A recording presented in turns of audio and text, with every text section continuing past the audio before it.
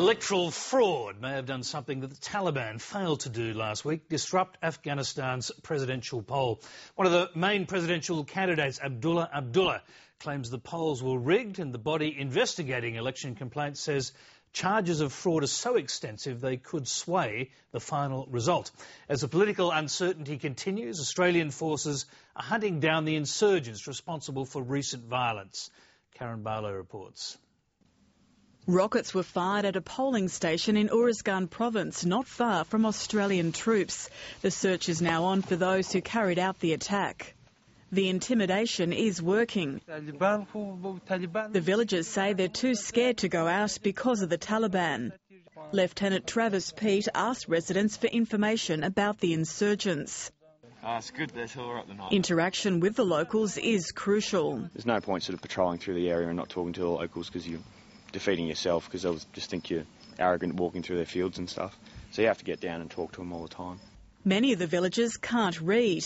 Nevertheless, 2 days before last Thursday's election, the Taliban delivered a letter warning them not to vote.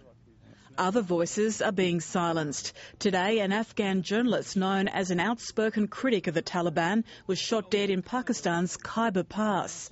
Janala Hashimzada is the sixth journalist to have been killed in the area in the past 2 years. Counting is still underway in Afghanistan's election amid allegations of voting irregularities. It could be ballot boxes disappearing and coming back full, these types of allegations. The United Nations-backed Electoral Complaints Commission has received more than 200 complaints since polls opened. My focus today is on the big fraud, yes? Big fraud which can have an impact on the outcome of the election. This has to be prevented. That is critical for the survival of the process. The United States appears not to be overly concerned. There are always rumours in Afghanistan. Let's just wait for the Independent Election Commission and the Complaints Commission to reach their verdicts. We have disputed elections in the United States. There may be some questions here. That wouldn't surprise me at all. I expect it. Investigating the alleged voting irregularities will take time, but so will confirming the final election count. That's not due to happen until next month. Karen Barlow, Lateline.